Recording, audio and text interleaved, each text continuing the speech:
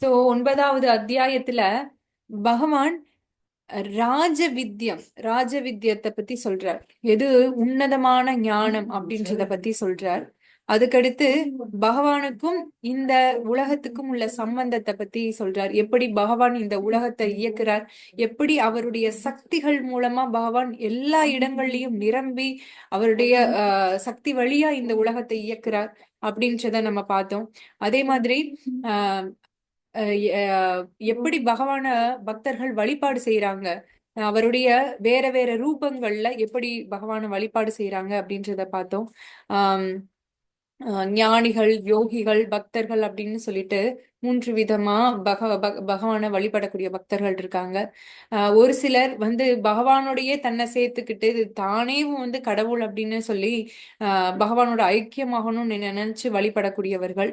இரண்டாவது, பகவான பரமாத்மாவா தனக்குள்ள இருந்து பார்க்கக்கூடிய பக்தர்கள்.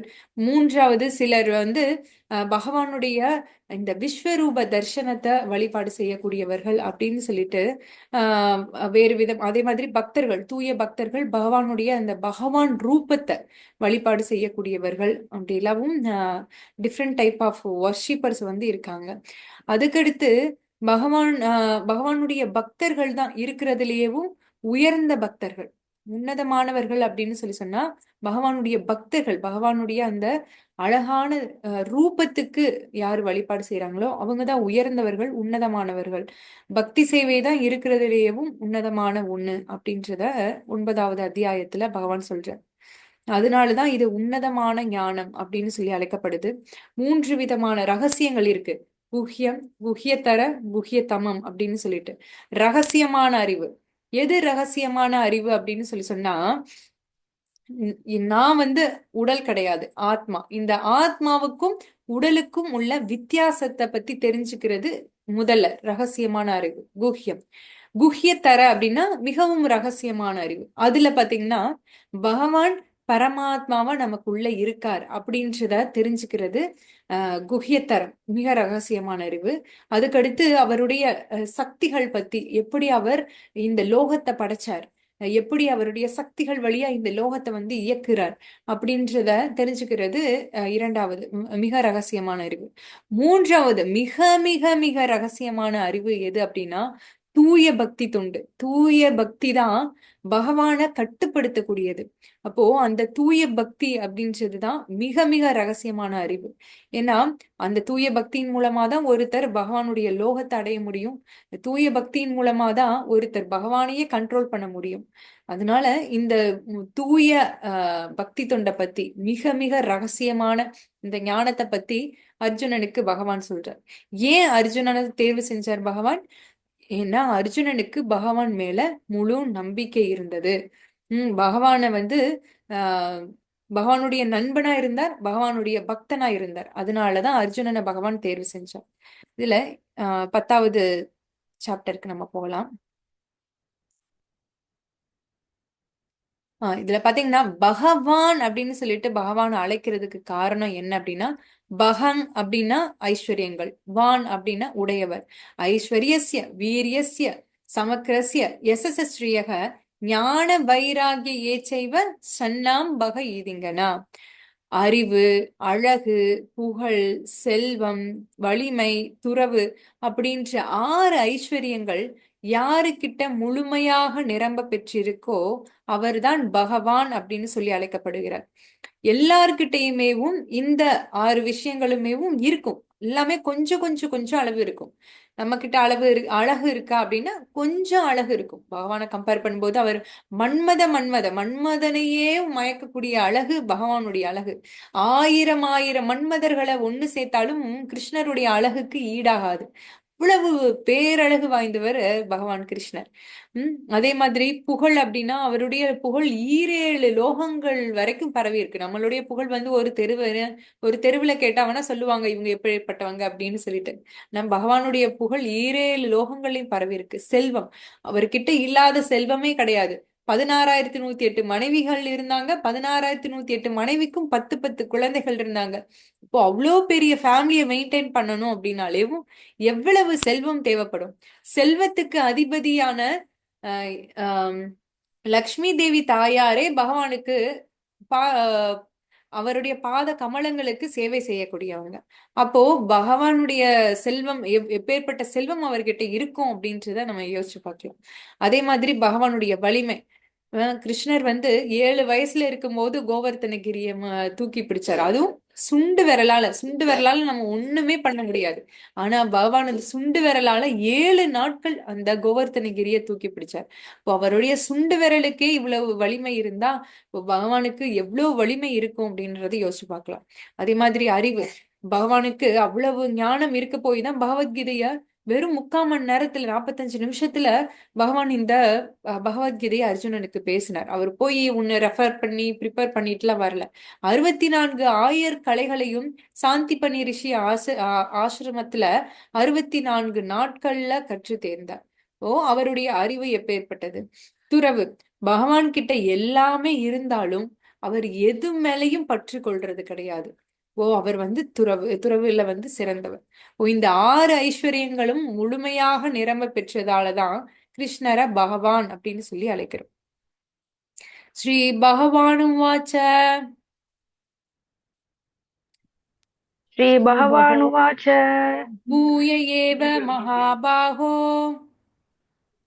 பூய ஏவ மகாபாஹோ ஸ்ருணு மே பரமம் வச்சः சுணமே பரமம் வசः யத்தேகம் பிரியமானாய யத்யேஹம் பிரியமானாய வக்ஷ்யாமி ஹிதகாம்யயா. வக்ஷ்யாமி ஹிதகாம்யயா. டிரான்ஸ்லேஷன் யாராவது கொஞ்சம். ஒரு ஸ்தோத்திரமான முதற் கடவுள் கூறினார். பலம் பொருந்திய புயங்களை உடைய அர்ஜுனா, நீ எனக்கு பிரியமான நண்பன் என்பதால் இதுவரை நான் விளக்கியதை காட்டிலும் சிறந்த ஞானத்தை தற்போது உன்னுடைய நலனிற்காக உரைக்கப் போகிறேன். இதனை மீண்டும் கேட்பாயாக. தேங்க்யூ மாதாஜி. அர்ஜுனன் பகவானுடைய பிரியமான நண்பன் அப்படின்றதாலதான் பகவான் இந்த ஞானத்தை அவருக்கு சொல்றார். ஏற்கனவே பகவான் சில ஞானங்களை அர்ஜுனனுக்கு உரைத்தார். இதை இன்னும் டீட்டெயிலா சொல்ல போறதா இப்ப பகவான் சொல்றார். பாத்தீங்கன்னா பகவான் சொல்றார், பகவானை பத்தின ஞானத்தை எல்லாராலையுமே புரிஞ்சுக்க முடியாது. பகவானுடைய நண்பர்களால மட்டும்தான் புரிஞ்சுக்க முடியும். பகவானுடைய பக்தர்களால தான் புரிஞ்சுக்க முடியும். அர்ஜுனன் பகவானுடைய நண்பன் மற்றும் பக்தன். கிருஷ்ணர் தான் உலகத்துல இருக்கக்கூடிய எல்லா உயிரினங்களுடைய உச்ச நண்பன். நம்ம நிறைய ஃப்ரெண்ட்ஸ் வச்சிருக்கோம். ஆனா எல்லாருமே நம்ம நல்லா இருக்கணும் அப்படின்னு சொல்லி நினைப்பாங்களா? கண்டிப்பா கிடையாது. எல்லாருக்குள்ளயும் நம்ம மேல அன்பு வச்சிருந்தாலும் அந்த ஒரு துளியாவது ஒரு போட்டி பொறாம அப்படின்ற ஒரு எண்ணம் இருக்கதான் செய்யுது. ஆனா பகவான் சுஹ்ருத் அப்படின்னு சொல்லி அழைக்கப்படுறார். அவரே எல்லா உயிரினங்களுடைய உச்ச நண்பன். எல்லா உயிரினங்களும் நல்லா இருக்கணும், சந்தோஷமா இருக்கணும், எந்த ஆபத்தும் இல்லாம நிம்மதியா வாழணும் அப்படின்னு சொல்லிட்டு நம்மளுடைய நன்மைக்காக யாராவது ஒருத்தர் இருக்காங்க அப்படின்னு சொன்னா அது சாக்ஷாத் பரம்பொருள் பகவான் தான். அந்த பகவானே சொல்றார், நான் எல்லா உயிரினங்களுடைய உற்ற நண்பன் அப்படின்னு சொல்லிட்டு சொல்றார். அப்போ அர்ஜுனன் கேட்கிறார், நமே விது சுரகணா பிரபாவம் ந மகஸ்ரயாக. என்னை பத்தி யாராலையும் தெரிஞ்சுக்க முடியாது. என்னுடைய வைபவங்களை பத்தி, என்னுடைய ஆரம்பத்தை பத்தி, என்னுடைய எல்லைய பத்தி யாராலையும் தெரிஞ்சுக்க முடியாது. ஸ்ரீமத் பாகவதத்துல சுகதேவ கோசாமி சொல்றார், பகவானுடைய ஆரம்பத்தையோ இறுதியையோ நடுப்பகுதியையோ தேவர்களாலும் கந்தர்வர்களாலும் கிண்ணர்களாலும் கூட தெரிஞ்சுக்க முடியாது அப்படின்னு சொல்லிட்டு சுகதேவ கோசாமி சொல்றார். இப்போ அர்ஜுனன் கேட்கிறார், உங்களை பத்தின வைபவத்தை எல்லாராலையும் புரிஞ்சுக்க முடியாதா அப்படின்னு கேட்கிறார். இல்ல, முடியாது அப்படின்னு சொல்றார். தேவர்களாலையும் முடியாதா, ரிஷிகளாலேயும் முடியாதா, முனிவர்களாலேயும் முடியாதா அப்படின்னு சொல்லி கேட்கிறார். பகவான் சொல்றார், தேவர்களாலோ ரிஷிகளாலோ முனிவர்களாலோ கண்டிப்பா முடியாது அப்படின்னு சொல்றார். இப்போ தேவர்களால முடிஞ்சிருந்தது அப்படின்னா எதுக்காக இந்திரதேவன் பகவான் கிருஷ்ணரை சோதிக்க போறார்? பகவான் கிருஷ்ணர் தான் முழுமுதற் கடவுள் அப்படின்னு தெரிஞ்சிருந்தா அவருடைய ஆணவத்தால இந்த பிருந்தாவனத்தை அழிக்கிறதுக்கு 7 நாட்கள் தொடர் மலையை பொழிஞ்சிருப்பாரா? கிருஷ்ணர் அந்த கோவர்த்தனகிரியை உயர்த்தி பிடிச்சதுக்கு அப்புறம் தான் அவருடைய ஆணவம் அடக்கப்பட்டு அதுக்கப்புறம் தான் அவர் முழு முதற் கடவுள் அப்படின்றத புரிஞ்சுக்கிட்டு கிருஷ்ணருடைய பாதத்துல வந்து சரணடைஞ்சார் இந்திரதேவன். அதே மாதிரி பிரம்மதேவராலையும் அஹ், கிருஷ்ணரை பத்தி புரிஞ்சுக்க முடியல. கிருஷ்ணர் ஒரு சாதாரண ஒரு பாலகனா நினைச்சார். அதனாலதான் அவருடைய சக்திகளை சோதிக்கிறதுக்காக கிருஷ்ணருடைய நண்பர்கள் எல்லாரையும் ஆஹ் தூக்கிட்டு போய் நித்ராலோகத்துல ஒரு வருஷம் வச்சிருந்தார். இப்போ கிருஷ்ணருடைய வைபவங்களை அவர் வந்து காண்பிக்க போய் தான் பிரம்மதேவருக்கும் கிருஷ்ணருடைய வைபவங்களை பத்தி தெரிஞ்சது. தேவர்களாலும் முடியாது. ரிஷிகள் பாத்தீங்கன்னா அவங்க ஆஹ் சாஸ்திரங்கள் இதெல்லாம் படிப்பாங்க. ஆனா வந்து எல்லாராலையுமே பகவானை புரிஞ்சுக்க முடியுமானா கண்டிப்பா முடியாது. முனிவர்கள் பாத்தீங்கன்னா அவங்க மென்டல் ஸ்பெக்குலேட் பண்ணுவாங்க. அவங்க அவங்களா தியானம் பண்ணி அவங்களா வந்து ஓன் நாலேஜ ஸ்பெக்குலேட் பண்ண ஆரம்பிப்பாங்க. இது இப்படி இருக்கலாம் அப்படி இருக்கலாம் அப்படின்னு சொல்லிட்டு அவங்க வேத சாஸ்திரங்களை படிக்க மாட்டாங்க. ஆனா அவங்களேவும் வந்து ஞானத்தை வளர்த்துக்கிறதுக்கு முயற்சி பண்ணுவாங்க, தவம் பண்றதன் மூலமா. இப்போ அவங்களாலையும் கண்டிப்பா முடியாது. அப்போ யாரால வந்து முடியும்? பகவான் வந்து பாத்தீங்கன்னா அஜ அப்படின்னு சொல்லி அழைக்கப்படுறார். அவருக்கு வந்து பிறப்பு அற்றவர். பகவானுக்கு பிறப்பு அப்படின்றது கிடையாது. அவருதான் வந்து உலகத்தை படைக்கிறார். அவராலதான் எல்லா உயிரினங்களும் உருவாக்கப்பட்டதை தவிர்த்து இறைவனை யாருமே உருவாக்கப்பட்டது கிடையாது. அதனாலதான் வந்து அவர் கடவுள் அப்படின்னு சொல்றோம். கடவுள் யாருக்குமே பிறந்தது கிடையாது. இப்போ யசோதா, நந்த மகாராஜா அவங்க எல்லாம் வந்து பகவானால உருவாக்கப்பட்ட பக்தர்கள். பகவான் வந்து அந்த ஒரு அன்னை தந்தை அப்படின்ற பாவத்தை அனுபவிக்கணும் அப்படின்னு நினைச்சதாலதான் அன்னை தந்தையரா யசோதாவையும் நந்த மகாராஜையும் உருவாக்குனார். ஆனா அவர் பிறக்க கிடையாது. யாருடைய வயிற்றிலிருந்தும் நம்ம பிறக்கிற மாதிரி பிறக்க கிடையாது. பகவானை யாரும் உருவாக்கவும் கிடையாது. அதனாலதான் அவரை வந்து நம்ம கடவுள் அப்படின்னு சொல்றோம். சாதாரண ஜீவாத்மாவுக்கும் கடவுளுக்கும் உள்ள வேறுபாடு அதுதான். உம் பகவான் கிட்ட நிறைய குவாலிட்டிஸ், தன்மைகள் வந்து இருக்குது. அந்த குவாலிட்டிஸ யாராலையும் புரிஞ்சுக்க முடியாது அப்படின்னு சொல்றார். ஏன் சப்த ரிஷிகளாலையும் சதுர்குமாரர்களாலையும் மனுக்களாலும் கூடவும் பகவானை பத்தி தெரிஞ்சுக்க முடியாது அப்படின்னு சொல்லிட்டு பகவான் சொல்றார். இதுல பாத்தீங்கன்னா இந்த சப்தரிஷிகள், சதுர்குமாரர்கள், மனு இவங்க தான் ஆரம்பத்துல படைக்கப்பட்டவர்கள், முதலா படைக்கப்பட்டவர்கள். முதல்ல வந்து நம்ம சயின்ஸ்ல என்ன படிக்கிறோம்? ஃபர்ஸ்ட் அமீபா உருவாச்சு, ஓரிரு அணு உருவாச்சு, அதுக்கடுத்து இரண்டு அணுக்கள் இருக்கக்கூடிய உயிரினங்கள் உருவாச்சு, அதுக்கடுத்து மரங்கள், தாவரங்கள், பறவைகள் அப்படிதான் உருவாச்சு. இறுதியா குரங்கு குரங்கு வந்து பிறந்தது. குரங்குல இருந்து அப்படியே மனிதன் பிறந்தான் அப்படின்னு தான் சொல்லிட்டு நம்ம சயின்ஸ்ல படிக்கிறோம். ஆனா இங்க என்ன சாஸ்திரத்துல வேதங்கள்ல என்ன சொல்லப்பட்டிருக்குன்னா, முதல்ல வந்து மனிதர்கள் தான் உருவாக்கப்பட்டது. ஃபர்ஸ்ட் கிரியேஷனே வந்து பெஸ்ட் கிரியேஷனா தான் இருந்தது. இப்போ இந்த சதுர்குமாரர்களை பிரம்மதேவர் உருவாக்குனார். அதுக்கடுத்து சப்த ரிஷிகளை உருவாக்குனார். அதுக்கடுத்து மனுக்கள். இவங்க எல்லாம் பிரஜாபதிகள் அப்படின்னு சொல்லிட்டு அழைக்கப்படுறாங்க. ஏன்னா இந்த பிரஜைகளுக்கு முன்னோர்கள் அப்படின்னு சொல்லிட்டு அவங்க எல்லாரும் அழைக்கப்படுறாங்க. இப்போ இவங்களால கூடவும் பகவானை பத்தி எளிமையா தெரிஞ்சுக்க முடியாது அப்படின்னு சொல்லிட்டு பகவான் சொல்றார். அதுக்கடுத்து சதுஸ்லோகி கீதா. இந்த சதுஸ்லோகி கீதா பகவத்கீதையுடைய ஒரு சாரம் மாதிரி. அதுல முக்கியமான விஷயங்கள், பகவத்கீதையுடைய முக்கியமான அம்சங்கள் எல்லாமேவும் இந்த நான்கு ஸ்லோகங்கள்ல வந்து விளக்கப்பட்டு இருக்குது. அகம் சர்வஸ்ய பிரபவோ அகம் சர்வஸ்ய பிரபவோ அகம் சர்வஸ்ய பிரபவோ மத்த சர்வம் பிரவர்த்ததே மத்த சர்வம் பிரவர்த்தியதே இதி மத்வா பஜந்தே மாம் இதி இதி மத்வா மத்வா பஜந்தே மாம் பஜந்தே மாம் உதாபாவ சமன்விதாः. விதாபாவ உதாபாவ சமன்விதாः. சமன்விதாः. டிரான்ஸ்லேஷன் ரீட் பண்ணுங்க மாதாஜி. ஜட ஆன்மீக உலகங்கள் அனைத்திற்கும் மூலம் நானே. எல்லாம் என்னிடமிருந்தே தோன்றுகின்றது. இதனை நன்றாக அறிந்த அறிஞர்கள் எனது பக்தி தொண்டில் ஈடுபட்டு இதயபூர்வமாக என்னை வழிபடுகின்றனர். தேங்க்யூ மாதாஜி. ஓ ஆன்மீகலோகம், ஜட உலகம் எல்லாத்துக்கும் மூலம் நான் தான் பகவான் சொல்றார். எல்லாமே பகவான் கிட்ட இருந்து உருவானதுதான். ஆன்மீகலோகம் பாத்தீங்கன்னா முதல் ஆன்மீகலோகத்துல கிருஷ்ணர் இருந்தார்.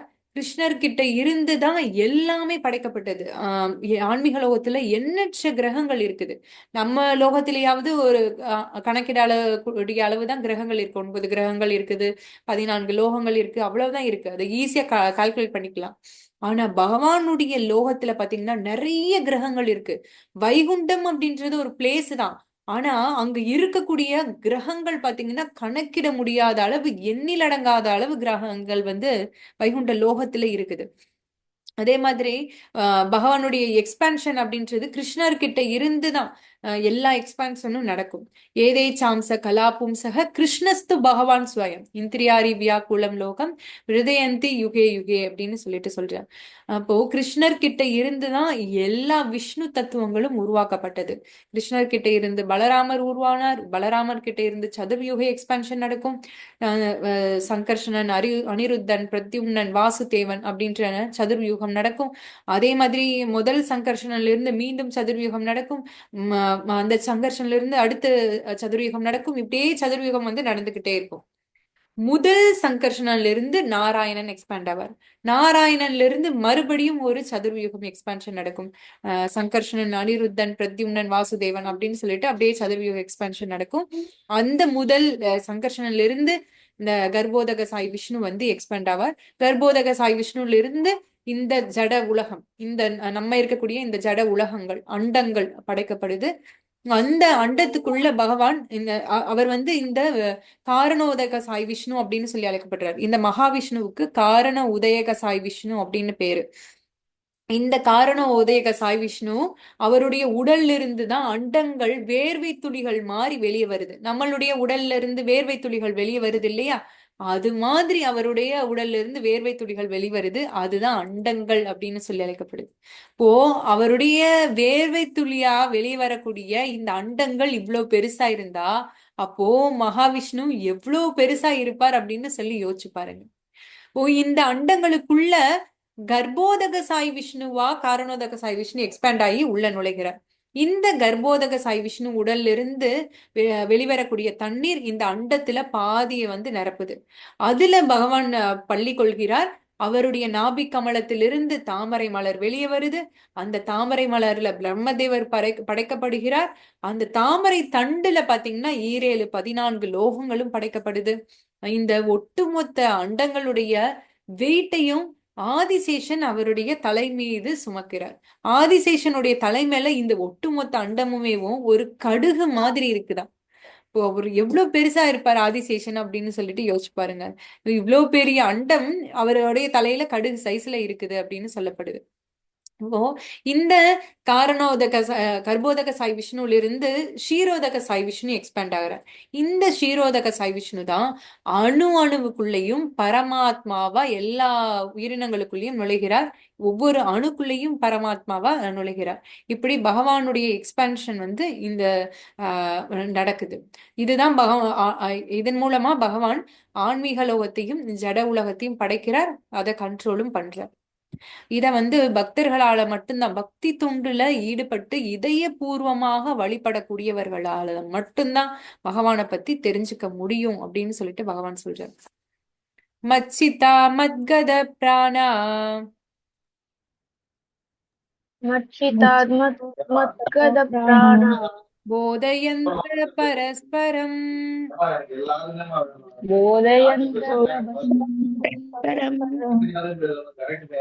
கதயந்த ச மாம் நித்யம் நித்யம் துஷ்யந்தி ச ரமந்தி ச. துஷ்யந்தி டிரான்ஸ்லேஷன் யாராவது ரீட் பண்றீங்களா மத்தஜி?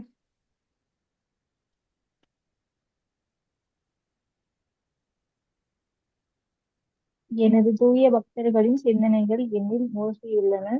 அவர்களது வாழ்க்கை எனது தொண்டிற்காக அர்ப்பணிக்கப்பட்டுள்ளது. மேலும் என்னை பற்றி தங்களுக்குள் உரையாடுவதிலும் ஒருவருக்கொருவர் உபதேசித்துக் கொள்வதிலும் இவர்கள் பெரும் திருப்தி ஆனந்தமும் அடைகின்றனர். தேங்க்யூ மாதாஜி. ஓ பகவானுடைய தூய பக்தர்கள் மகாத்மாக்கள்னு அழைக்கப்படுறாங்க. இந்த மகாத்மாக்கள் எப்பயும் பகவானுடைய சிந்தனைகள்ல மூழ்கி இருப்பாங்க. பகவான எல்லா இடங்கள்லயும் பார்ப்பாங்க. எல்லாருக்குள்ளேயும் பகவானை பார்ப்பாங்க. நம்ம யாரையும் மகாத்மான்னு சொல்றோம். உண்மையான மகாத்மாக்கள் அப்படின்றவங்க பகவானுடைய பக்தர்கள் தான். எல்லாருக்குள்ளேயும் அந்த ஆத்மாவை பார்க்கக்கூடியவர்கள் தான் மகாத்மா. பரமாத்மாவை எல்லாருடைய ஹிருதயத்திலையும் பார்க்கக்கூடியவர்கள் மகாத்மா. இந்த மகாத்மாக்கள், தூய பக்தர்கள் தன்னை முழுசா பகவானுடைய சேவையில அர்ப்பணம் பண்ணி எப்பயுமே சதா சர்வமும் பகவானுடைய நாமத்தை உச்சரிக்கக்கூடியவர்கள் இந்த தூய பக்தர்கள். அவங்க பகவானை பத்தி பேசுறதுலயும் பகவானுடைய லீலைகளை பத்தி உரையாடுறதுலயும் பேரின்பத்தை காண்றாங்க. அதனால பெரும் திருப்தியை அடைகிறாங்க அப்படின்னு சொல்லிட்டு பகவான் சொல்றார். தேசாம் சதத யுக்தானாம் तेषां सददयुक्तानां பஜந்தாம் பிரீத்தி பூர்வகம் भजतां प्रीतिपूर्वकं ததாமி புத்தி யோகம் தம் ददामि बुद्धियोगं तं ஏன மாமுபயாந்தி தே. येन என்னையாம் मामुपयान्ति உபதியந்தி. டிரான்ஸ்லேஷன் எனது அன்பு தொண்டில் இடையறாது ஈடுபட்டுள்ளவர்களுக்கு என்னிடம் வந்தடைவதற்கு தேவையான அறிவை நானே வழங்குகிறேன். தேங்க்யூ மாதாஜி. இப்போ பகவானுடைய பக்தி சேவையில யார் ஈடுபடுறாங்களோ அவங்களுக்கான ஞானத்தை பகவானே வழங்குறார். நம்ம போய் தனியா வேதங்களை சாஸ்திரங்களை படிக்கணும் அப்படின்ற அவசியம் கிடையாது. அவங்களுக்கான ஞானத்தை பகவானை வந்து அடையிறதுக்கான ஞானத்தை பகவானே வழங்குறார். இப்போ கோபிகைகள்லாம் பாத்தீங்கன்னா பெரும் ஞானிகள்ல கிடையாது. போய் குருகுலத்துல படிச்சு அப்புறம் கிருஷ்ணரை பத்தி புரிஞ்சுக்கிட்டவங்க கிடையாது. கிருஷ்ணர் மேல உள்ளன்பு அவங்களுக்கு ஏற்கனவே இருந்தது. பகவானை வந்து ஒரு சாதாரண அவங்களுடைய சொந்த குழந்தையா, சொந்த காதலனா, கணவனா அப்படின்னு சொல்லிட்டு தான் வர்ணிச்சு அவங்க பாவிச்சு பார்த்தாங்களே தவிர்த்து பகவான அவர் வந்து கடவுள் அப்படின்ற ஸ்தானத்துல வச்சு பார்க்கல. அது அவங்களுடைய அன்பின் காரணத்தால பார்க்கல. ஆனா இங்க இப்ப இருக்கக்கூடிய மனிதர்கள் அவங்களுடைய அறியாமையினால பகவான்னு தெரிஞ்சுக்க மாட்டேங்கிறாங்க. ஆனா அந்த தூய பக்தர்களான கோபிகைகள் அவங்களுடைய அன்பின் காரணத்தால கிருஷ்ணரை கடவுளா பார்க்க கிடையாது. அப்பேற்பட்ட தூய பக்தர்களுக்கு அவரை வந்து அடையிறதுக்கான ஞானத்தை அவரேவும் வழங்குறார்.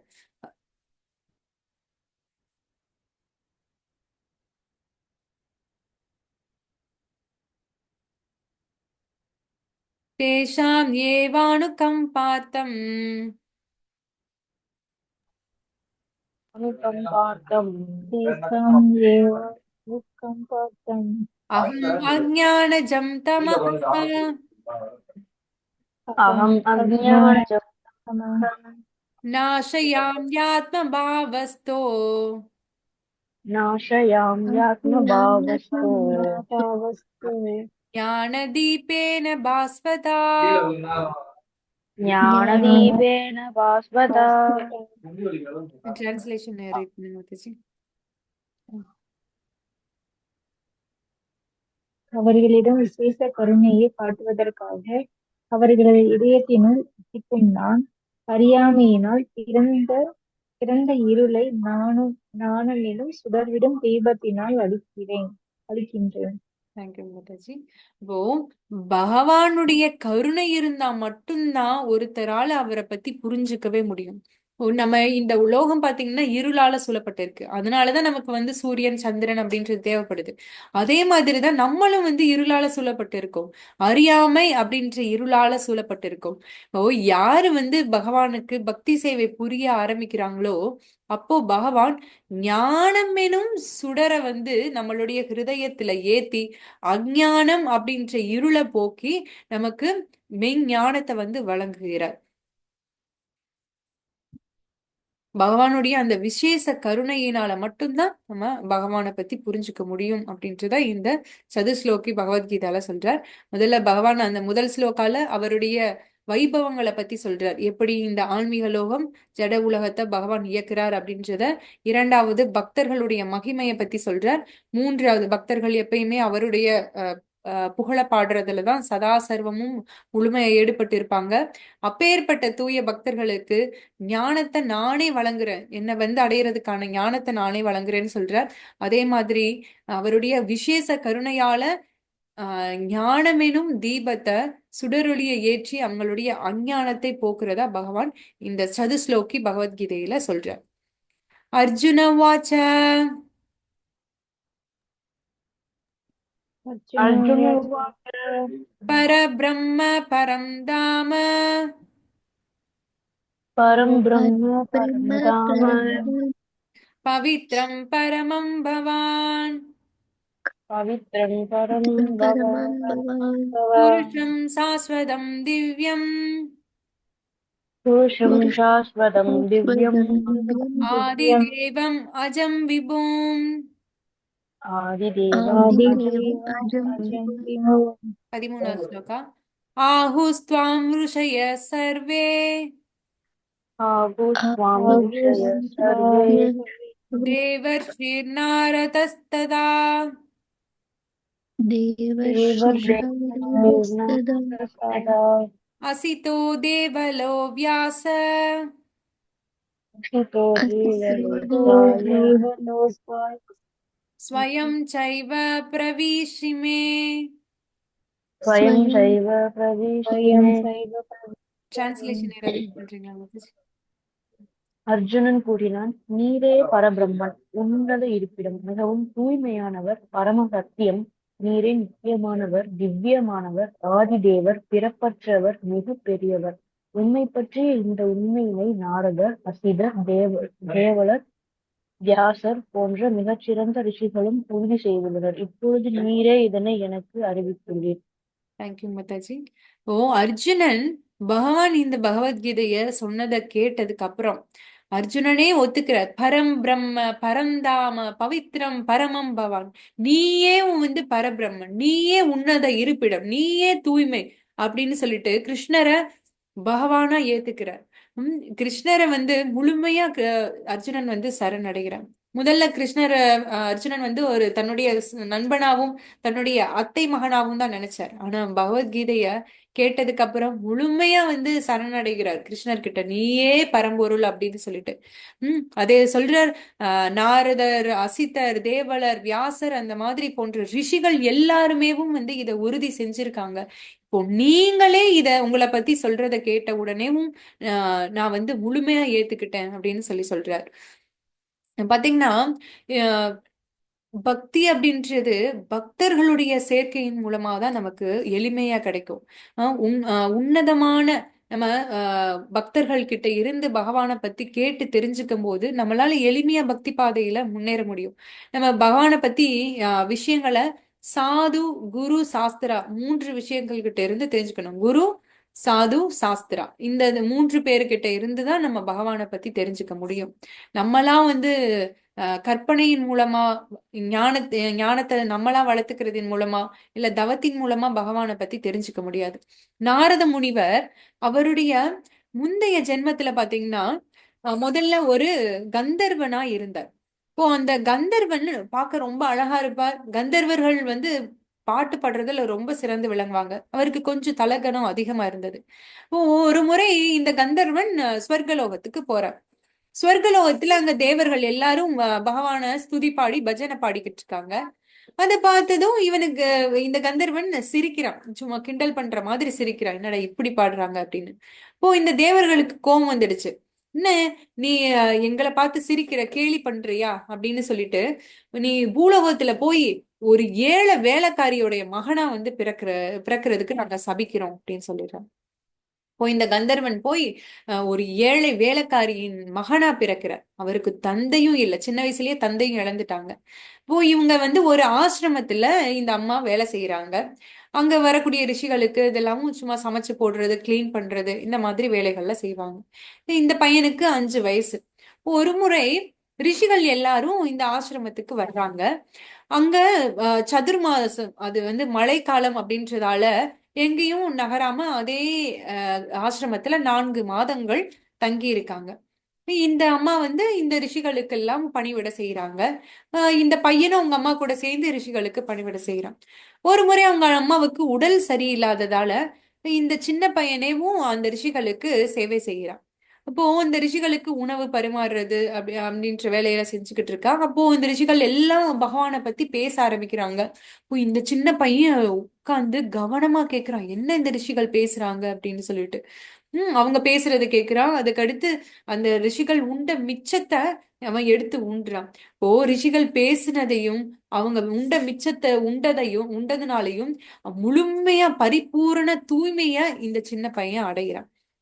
அதுக்கடுத்து இந்த ரிஷிகள் போனதுக்கு அப்புறம் அந்த ரிஷிகள் பேசினதையேவும் நினைவு கூற ஆரம்பிக்கிறான். என்னென்ன பகவானை பத்தி அவங்க பேசினாங்க அப்படின்னு சொல்லிட்டு நினைவு கூறுகிறான். அதுக்கடுத்து என்ன ஆகுதுன்னா, அவங்க அம்மாவை பாம்பு தீண்டி அவங்க இறந்து போயிடுறாங்க. பால் கறக்கும் போது பாம்பு தீண்டி அவங்க அம்மா இறந்துடுறாங்க. இப்ப இந்த 5 வயசு பையனுக்கு அம்மா இல்ல, அப்பா இல்ல, அனாதையா நிக்கிறான். ஆனாலும் அவனுக்கு மனசுல அந்த திட உறுதி வந்துருச்சு. ஏன்னா ரிஷிகள் பேசினதை கேட்டு கேட்டு இது எல்லாம் பகவானுடைய லீலை, பகவானுடைய கருணை. ஏன்னா இந்த லோகத்துல எனக்கு எந்த ஒரு அட்டாச்மெண்ட்டும் இல்ல. இருந்த ஒரே ஒரு அட்டாச்மெண்ட் எங்க அம்மா தான். அவங்களும் போயிட்டாங்க. இப்போ எனக்கு எந்த ஒரு அட்டாச்மெண்ட்டும் இல்லை அப்படின்னு சொல்லிட்டு பகவானை பத்தியே சிந்திக்கிறான். அப்படியே பகவானுடைய சிந்தனையில நடந்து போறான் போறான் போறான் போறான்.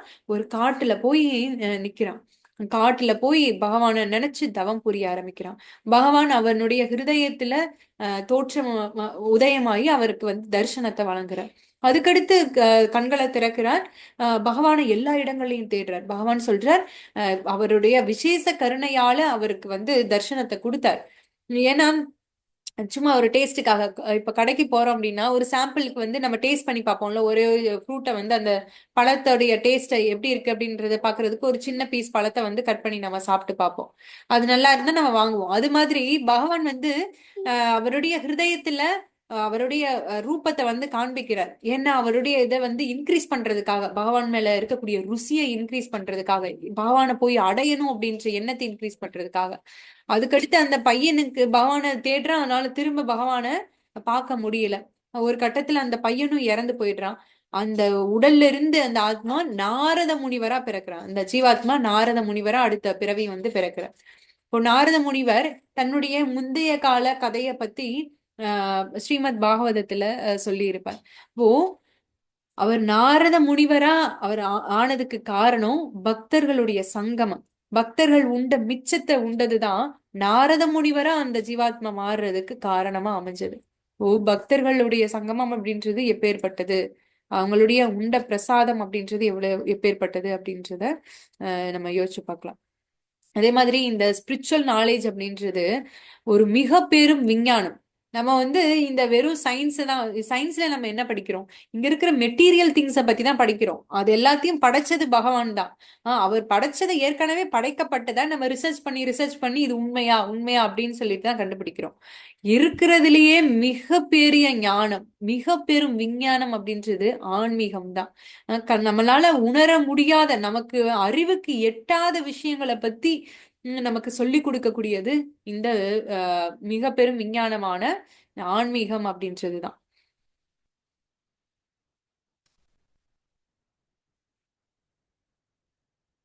ஸ்ரீ பகவானுவாச்ச ஸ்ரீ பகவான் ஹந்ததே கதயிஷ்யாமி அந்த தேவதயிஷ்யாமி திவ்யா ஹ்யாத்ம விபூதயः திவ்யா ஹ்யாத்ம விபூதயः பிராதான்யத குரு ஸ்ரேஷ்ட பிராதான்யத குரு ஸ்ரேஷ்ட நாஸ்தியந்தோ விஸ்தரஸ்ய மே. நாஸ்தியந்தோ விஸ்தரஸ்ய மே. டிரான்ஸ்லேஷன் யாராவது ரீட் பண்ணுங்களா?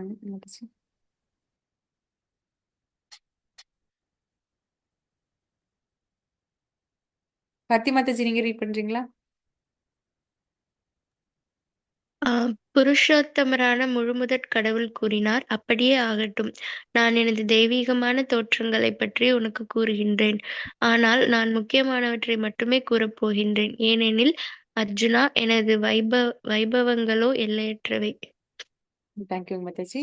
இப்ப பகவான் அர்ஜுனனுக்கு அவருடைய வைபவங்களை பத்தி விளக்க போகிறார். ஏற்கனவே பகவான் அவருடைய வைபவங்களை பத்தி விளக்கினார். இப்போ இன்னும் கொஞ்சம் டீட்டெயிலா சொல்ல போறார். ஆனா பகவானுடைய வைபவங்களை முழுமையா யாராலையும் தெரிஞ்சுக்க முடியாது. முழுமையா வந்து அவரால் எக்ஸ்பிளைன் பண்ண முடியாது. ஏன்னா அவருடைய வைபவம் அப்படின்றது எல்லையற்றது, அளவிட முடியாதது. அதுல சில முக்கியமானதை மட்டும் நான் சொல்றேன் அர்ஜுனா அப்படின்னு சொல்லிட்டு சொல்றேன்.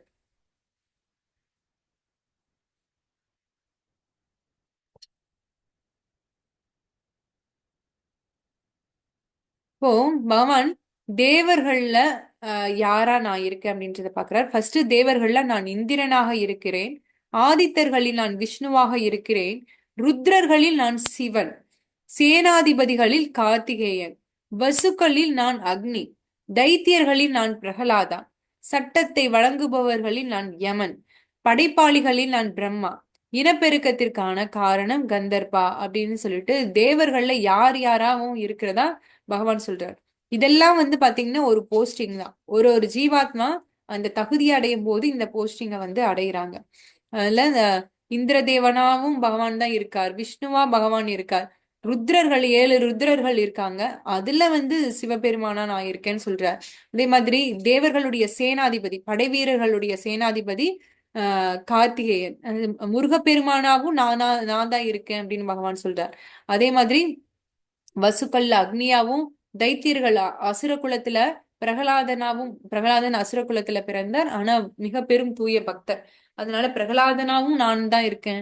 அந்த மாதிரி சட்டத்தை வழங்கக்கூடியவர்கள்ல யம தர்மராஜா தான் வந்து முடிவு பண்றது. இந்த ஆத்மா வந்து சொர்க்கலோகத்துக்கு போகணுமா, நரகலோகத்துக்கு போகணுமா, நம்மளுடைய கணக்கு எல்லாத்தையும் எடுக்கிறது வந்து யம தர்மராஜா. அவர் தான் வந்து இந்த கிங் மாதிரி முடிவெடுக்கக்கூடியவர். அதே மாதிரி படைக்கக்கூடியவர் பிரம்மதேவர். அந்த பிரம்மதேவரும் நானாதான் இருக்கேன்னு சொல்றார். சில சமயம் தகுதியான ஜீவாத்மா பிரம்மதேவரா அடையிறதுக்கு தகுதி இல்லை அப்படின்னு சொல்லி சொன்னேன். எந்த ஜீவாத்மாவுக்கும் பிரம்மதேவனா பிரம்மதேவன் அப்படின்ற போஸ்ட அடையிறதுக்கு தகுதி இல்லைன்னா பகவானே பிரம்மதேவரா மாறுறார். இப்போ இனப்பெருக்கத்திற்கு காரணமான கந்தர்பாவா நான் இருக்கேன் அப்படின்னு சொல்லிட்டு சொல்றார். இந்த மாதிரி இயற்கையில சூரியனா பகவான் தான் இருக்கார், சந்திரனா பகவான் தான் இருக்கான். இந்த சூரியனும் சந்திரனும் பகவானுடைய 2 கண்கள் மாதிரி. இந்த சூரியனுடைய ஒளி அப்படின்றது இந்த உலகத்துக்கு ஒளி ஊட்டுது. இந்த சூரிய ஒளியிலிருந்து தான் சந்திரனுக்கும் மற்ற நட்சத்திரங்களுக்கும் ஒளி போய் சேருது. சூரியனுக்கு எங்க இருந்து ஒளி கிடைக்குது அப்படின்னு சொன்னா பகவானுடைய அந்த பிரம்ம ஜோதி இருக்கு இல்லையா, அந்த பிரம்ம ஜோதியிலிருந்து சூரியனுக்கு ஒளி வந்து கிடைக்குது. அந்த ஒளியை வச்சுதான் சூரிய தேவன் மற்ற நட்சத்திரங்களுக்கும் நிலாவுக்கும் ஒளிய கொடுக்கிறார்.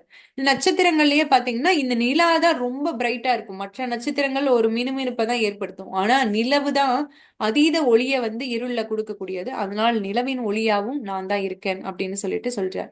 அதே மாதிரி மலைகள்ல மேருவா பகவான் இருக்கார். அசையாத மலைகள்ல பாத்தீங்கன்னா இமயமலை தான் பெரியது, அதுவா நான் இருக்கேன்னு சொல்றார். மாதிரி நீர்நிலைகள்ல பெருங்கடலாவும் பகவான் இருக்கார். மரங்கள்ல ஆலமரம் வந்து ரொம்ப பெருசு இருக்கிறதுலேயும் அந்த ஆலமரமாவும் பகவான் இருக்கார். ஆறுகள்ல புண்ணிய நதியான கங்கையா பகவான் தான் இருக்கார். மாதங்கள்ல மார்கழியா பகவான் இருக்கார். பருவங்கள்ல வசந்த காலமா பகவான் இருக்கார். அதே மாதிரி முனிவர்கள்ல பாத்தீங்கன்னா வேதவியாசராவும் நான் தான் இருக்கேன் அப்படின்னு சொல்றார். வேதவியாசர், அதே மாதிரி வேதவியாசரும் அப்படின்றது போஸ்டிங் தான். ஒரு ஒரு யுகத்துக்கு ஏத்த மாதிரி வேதவியாசர் வந்து மாறுபடுவாங்க. நிறைய வேதவியாசர்கள் இருந்திருக்காங்க. இப்போ இந்த நம்மளுடைய யுகத்துக்குள்ள இருந்த இந்த வேதவியாசருக்கு கிருஷ்ண துவைபாயன வேதவியாசர் அப்படின்னு பேரு. இப்போ வியாசராவும் நான் தான் இருக்கேன். ஞானிகள்ல பிருகுவா இருக்கேன். தேவரிஷிகள்ல நாரதரா நான் இருக்கேன். மத குருக்கள்ல பிரகஸ்பதி தான் தேவர்களுடைய ஆன்மீக குரு. அந்த பிரகஸ்பதியாவும் நான் தான் இருக்கேன் அப்படின்னு சொல்றார். பரிபூரணமான மனிதர்கள்ல கபிலரா இருக்கேன் அப்படின்னு சொல்றார். கபிலர் பகவானுடைய சக்தி ஆவேச அவதாரம். இந்த கபிலர் அவருடைய தாய்க்கு வந்து உபதேசம் பண்ணுவார். டீச்சிங்ஸ் ஆஃப் கபிலா அப்படின்னு சொல்லிட்டு தனியா ஒரு இதே இருக்குது. அதே மாதிரி சிறந்த சிந்தனையாளர்கள்ல சுக்ராச்சாரியரா நான் இருக்கேன் அப்படின்னு சொல்றார். அதே மாதிரி விலங்குகள்ல பாத்தீங்கன்னா குதிரைகள் உச்சைஸ்வரா அப்படின்ற குதிரையா நான் இருக்கேன் அப்படின்றார். இப்போ இது வந்து பார்க்கடல் கடையும் போது இந்த உச்சைஸ்வரா அப்படின்ற குதிரை வெளிவந்தது. ஐராவதம் அப்படின்ற யானையும் பார்க்கடல்ல வெளிவந்தது. ஐராவத யானைய வந்து இந்திரதேவன் பயன்படுத்தினார். பசுக்கள்ல சுரபியா இருக்கு அப்படின்ற இந்த சுரபி பசு பால் மட்டும் கொடுக்காது, எவ்வளவு பால் வேணுமோ அவ்வளவு பாலும் கொடுக்கும். அதே மாதிரி என்ன நமக்கு தேவையோ, தங்கம் வேணும்னாலும் சரி, உணவு பொருள் வேணும்னாலும் சரி, அந்த சுரபி பசு கிட்ட போய் கேட்டோம் அப்படின்னா அந்த சுரபி பசு கொடுக்கும். பசுக்கள்ல சுரபியா இருக்கேன்னு சொல்றார். பாம்புகள்ல வாசுகி பாம்பா நான் இருக்கேன். நாகர்கள்ல அனந்த சேஷனா நான் இருக்கேன். மீன்கள்ல சுறா மீனா இருக்கேன். மிருகங்கள்ல சிங்கமா இருக்கேன்.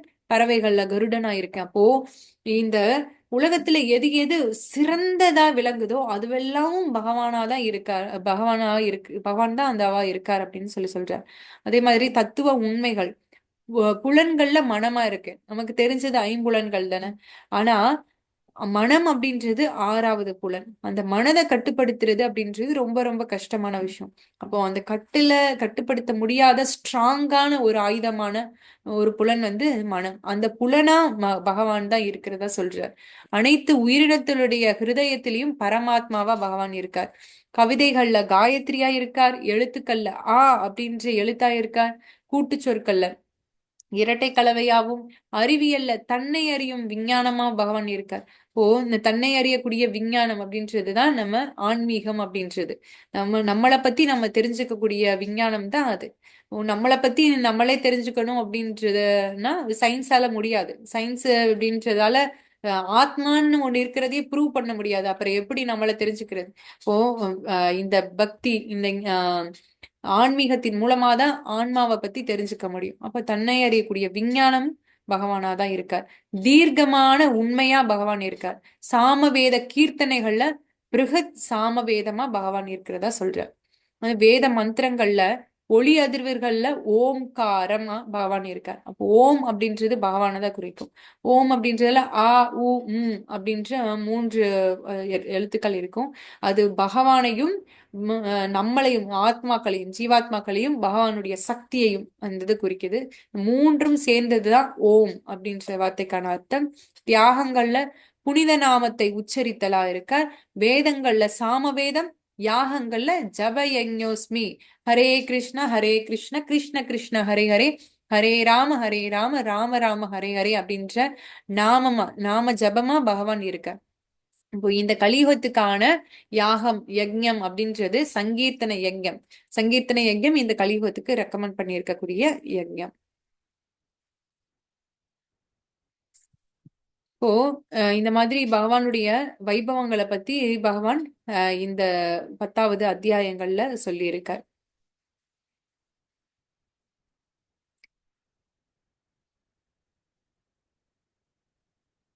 ஏதாவது சந்தேகம் கேள்விகள் இருந்தா கேட்கலாம் மாதாஜி.